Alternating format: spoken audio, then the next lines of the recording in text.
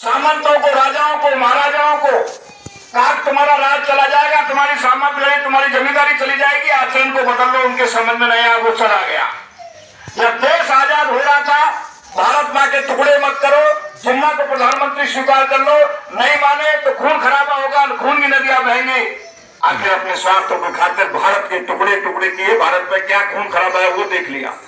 जब 1948 में महात्मा गांधी सत्य और अहिंसा के रास्ते पर चलने की बात करने वाला, रामराज की स्थापना की बात करने वाला हमारे आपके बीच में से गया, एक दीपक बुझा भारत की धरती से 1948 में दादा गुरु ने अपनी मौज को समेटने की मौज बनाई और उस आध्यात्मिक दौलत को गुरु महाराज की झोली में डाला और हुजूर को यह आदेश दिया कि मेरी इस दौलत को बांटने का काम करना, महात्मा गांधी के अधूरे रामराज की स्थापना करने का काम करना, देश की टूटी बगड़ी आजादी मिली है, रूहों को आजादी दिलाने का काम करना, आत्मा को आजादी का आने का काम करना। और इशारा करके बताया कि देश के अंदर सुभाष चंद्र बोस ने एक आवाज लगाई थी, तुम मुझे खून दो, मैं तुम्हें आजादी दूंगा। उस समय लोगों ने खून दिया, आजादी की प्रस्ती बनी। लेकिन आज तो देश के अंदर देशवासी हैं, इसलिए अब खूनी क्रांति की आवश्यकता नहीं, अब एक वैचारिक क्रांति की आवश्यकता है। किसे मारोगे, किसे काटोगे। एमपी, एमएलए, मंत्री, मिनिस्टर, पंच, सरपंच, प्रधान, जिला प्रमुख, कलेक्टर, एसपी, तहसीलदार, चपरासी, मजिस्ट्रेट सब मेरे ही आपके परिवार के लोग हैं। इसलिए आज जरूरत है वैचारिक क्रांति की, और उस वैचारिक क्रांति का आधार है शाकाहार। जब तक अंडे, मांस, मछली, शराब, भांग, गांजा, चरस इनका खाना पीना नहीं छोड़ोगे, विचार शुद्ध नहीं आएंगे, मां बहन बेटी को पहचान नहीं पाओगे, समाज की मर्यादा स्थापित नहीं होगी, एक अच्छे नए समाज का निर्माण नहीं होगा, ये भारत में विश्व गुरु का तोहफा फिर नहीं मिलेगा, इस धरती के ऊपर रामराज स्थापित नहीं होगा, सत्युग आएगा नहीं। इसलिए आओ एक अच्छे और नए समाज के निर्माण के लिए इस देश और दुनिया के अंदर लोगों ने अध्यात्म का संदेश देने का खूब प्रयास किया, लेकिन चढ़ावा लेने के लिए शराबी व्यक्ति से परहेज नहीं किया, मांसाहारी से परहेज नहीं किया, चोर से परहेज नहीं किया, डकैत से परहेज नहीं किया। इसी के कारण जो आध्यात्म में काम करने वाले, पुजापा लेने वाले चोर, डकैत, बदमाश और शराबी कबाबी का पैसा तुम्हारे घर में आ गया, तुम्हारी बुद्धि खराब हो गई। मेरे ब्राह्मण भाई भी शराब पीने लगे, वयस्क लोग भी शराब पीने लगे, समाज में चरित्र पतन का वातावरण पैदा होने लगा। कौन सा कारण है? उस कारण को गुरु महाराज ने खोज के बताया। इसलिए आओ, आप बाजार में कितनी चीजों को खाते हो, आपको मालूम नहीं कि आपका शाकाहार सुरक्षित है कि नहीं, इसलिए घर की बनी चीजों को खाने का काम करो। आज यूरिया, डीएपी, पेस्टिसाइड, कीटनाशक दवाइयों के उपयोग के कारण, गौ माता की उपेक्षा के कारण 25 साल का, 30 साल का, 40 साल का, 35 साल का, 20 साल का लड़का हार्ट अटैक होकर के 10 मिनट में ठंडा हो जाता है, किडनी फेल हो जाती है, हार्ट में ब्लॉकेज हो जाती है, लीवर डैमेज हो जाता है। पहले बुखार आता था, गांव का बुजुर्ग आदमी हमें सुनाते थे, हम खेत की डोर पे कूड़ के बीच में लेट लेते थे, फिर हर चला लेते थे, बुखार चला जाता था। आज तो पोजीशन ही बड़ी अजीब हो गई है। तो इस घर में बरकत लाना चाहते हो, सुख शांति लाना चाहते हो, बर्बादी से बचना चाहते हो, बीमारी की तबाही से बचना चाहते हो, प्यार और मोहब्बत आपस में बढ़ाना चाहते हो, तो संत महात्मा के बताए हुए रास्ते पर चलना ही पड़ेगा हमको। आपको रामायण, गीता, कुरान, बाइबिल को पढ़ने से, कंठस्थ करने से आप विद्वान बनने का नाटक तो कर सकते हो, लेकिन उसको अपने जीवन में नहीं उतारोगे तो उससे बड़ा रामायण का कोई अपमान नहीं है, गीता का कोई अपमान नहीं है, उससे बड़ा धर्म ग्रंथों का कोई अपमान नहीं है। गुरु महाराज ने कहा, जब तक ये तीसरा नेत्र नहीं खुलता है तब तक आप गीता के एक श्लोक का मतलब नहीं समझ पाओगे, तब तक आप रामायण की एक चौपाई का मतलब नहीं समझ पाओगे। तो अंतर चेतना का वातावरण लिखने का काम किया है, कर्मयोग का संदेश दिया है योगी श्री कृष्ण ने। युद्ध के मैदान में गुस्से में आकर के लोगों को ये संदेश देने का काम किया। व्यास जी ने श्रीमद् भागवत को कलयुग का आधार बनाने का काम किया, लेकिन श्रीमद् भागवत में से रोजी रोटी की बातें तो करते हैं, लेकिन अपने जीवन में उतारने वाला, जब भागवत करने वाला यदि चरित्रवान और साधक होगा, उसका असर होगा। संतों की बातों का असर क्यों होता है?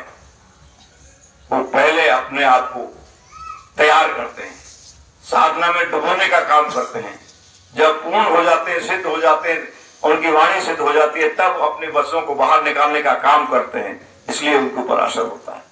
एक बार विवेकानंद जी के पास में एक माँ गई थी और माँ ने कहा कि स्वामी जी, मेरा बच्चा गुड़ बहुत खाता है, गुड़ के कारण इसकी तबीयत खराब हो जाती है। उसने कहा 15 दिन बाद माँ मेरे पास वापस आना। मैं 15 दिन बाद इसकी दवाई तैयार कर लेता हूँ। 15 दिन बाद में वापस लौट कर आई, सर पर हाथ रखकर छोटे बच्चे को प्यार से समझाने लगा, बेटा ये गुड़ खाना ठीक नहीं है, ये तेरे स्वास्थ्य के लिए नुकसान देता है, अब गुड़ मत खाना। उसने कहा ये बात तो तुम जब भी कह सकते, वो दवाई कहाँ जो तुमने तैयार की थी? बोला तुम्हें पता नहीं, पहले उस दवाई को मैंने लिया, मैं स्वयं गुड़ खाता था, तो 15 दिन मैंने गुड़ छोड़ा, जब मैंने अपनी बात कही है तो इस पर असर होगा। इसलिए गीता, रामायण, कुरान, बाइबल को पढ़ने से पहले उसको अपने जीवन में उतारने का काम करो, तब उसके श्लोक को लोगों के बीच में सुनाने के लिए जाओगे तो इसका असर होगा, नहीं तो कोई असर नहीं। इसलिए गुरु महाराज ने सीना ठोक करके बताया लोगों के लिए, मुसलमान भाइयों का हक, तुम्हारी इबादतें कबूल नहीं हो रही है, लेकिन केवल मुसलमान भाई नहीं, यदि शराब और मीट खा करके मैं रामायण का पाठ करता हूं, मंदिर में जाता हूं, तो तुम्हारी पूजा भी कबूल नहीं हो रही है। आप राम को मानो, आप कृष्ण को मानो, आप महावीर को मानो, आप बौद्ध को मानो, आप किसी को मानो, लेकिन उसके बताए हुए रास्ते को अपने जीवन में तो उतारने का काम करो। आप उनके नाम पर लोगों को अंधेरे में रख करके, दुहाई देकर के अपराध के लिए काम करने का काम करते हो, इससे बड़ा उनका कोई अपमान नहीं हो सकता। इसलिए इस समाज को सुधारने का दायित्व किसी एक व्यक्ति का नहीं, हमारा सबका दायित्व है।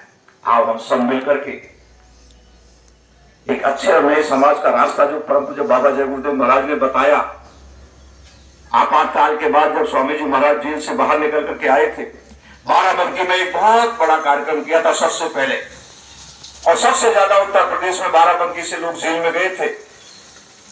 हम भरतपुर के लोगों को भी जेल जाने का सौभाग्य मिला पड़ोस के नाते से, कुछ अलवर के प्रेमी भी गए थे।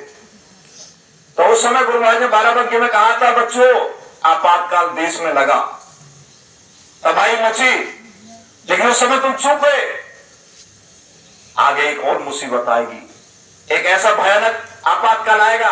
यह आपातकाल तो भारत की सीमाओं तक था, ये दुनिया की सीमाओं को क्रॉस करेगा। उस समय मत चूक जाना, और वो समय अब चल रहा है। पूरे विश्व का मानव तार हो रहा है, पूरे विश्व के मानव के अंदर हाय तौबा मच रही है।